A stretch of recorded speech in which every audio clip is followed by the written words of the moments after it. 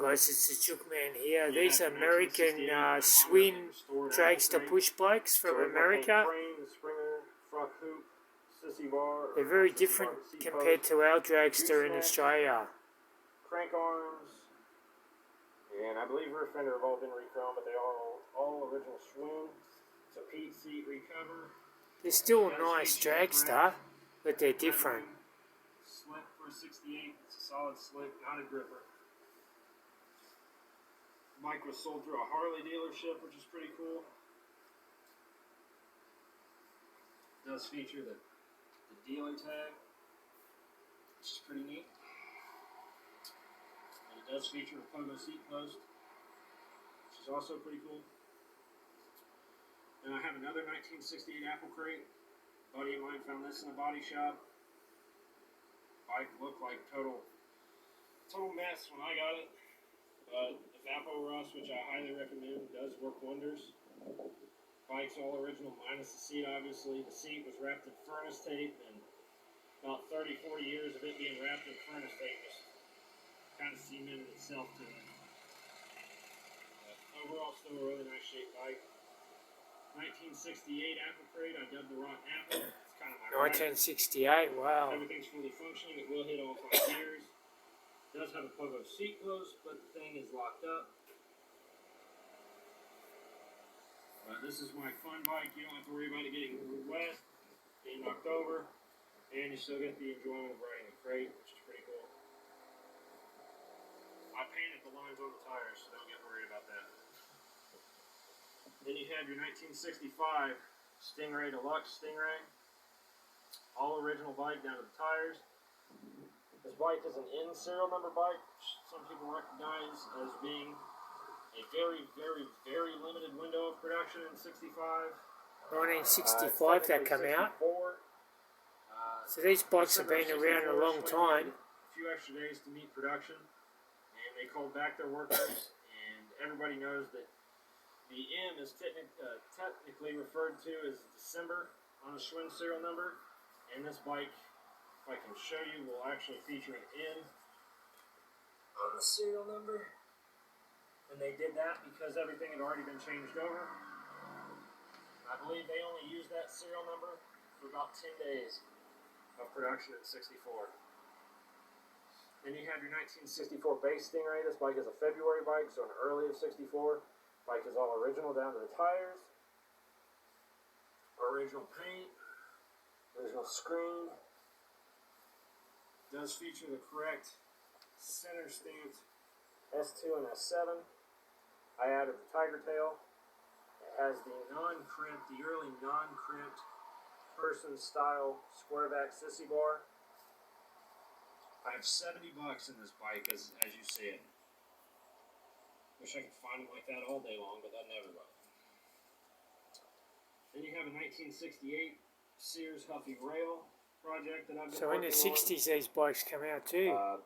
Man, the chain guards on these are It's a 1968 model, that one. But I've just been trying to piece it together as best I can. I only have $40 in it. Wow, that was cheap. You paid $40 for it. About half hour away from me. It's the only off-brand muscle bike that I have.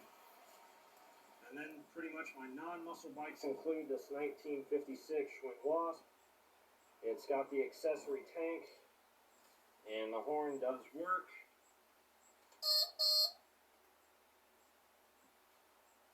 And it also has the accessory springer on it. So it's pretty much the same as you know, these were kind of like the same as a Phantom, just not as fancy. No chrome fenders, no chrome on the tank. I believe these did come with a 6-hole rear rack or 9-hole if you wanted it, but this one has either been lost or it just never came with one. 1962 Schwinn Corvette 5-speed. And we made these for about 18 months, I believe. Pretty rare. I had a black one, and I traded it on the Linear that you saw prior.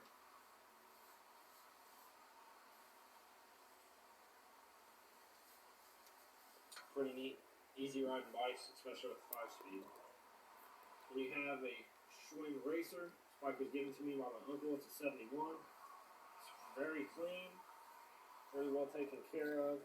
Yeah, so if you've got any old dragster push bikes out there, guys, you want to sell them to the Chook Man, just let the Chook Man know by sending him a message in his inbox, and I'll get back to you. 1930s Cleveland Welding Company / Roadmaster Because I'm cycle going to shop put this in my museum that I get one day. I'll put it all in the museum. Parts rubber bike.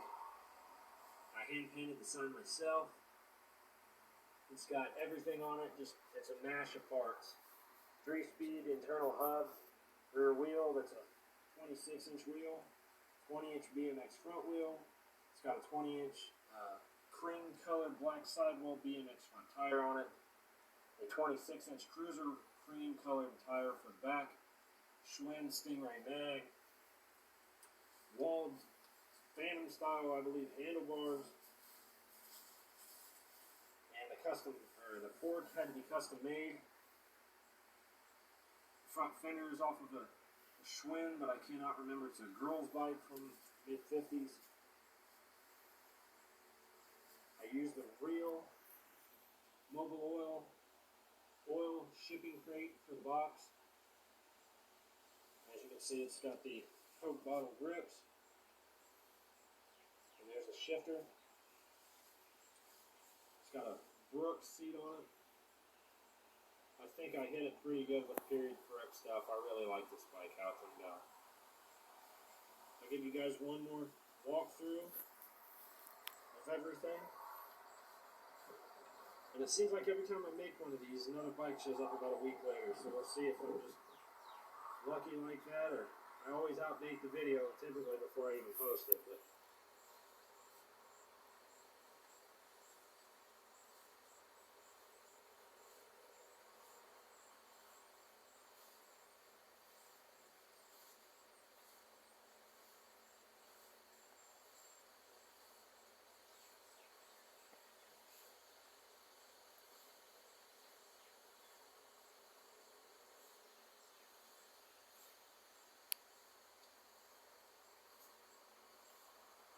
I'll say thanks for watching.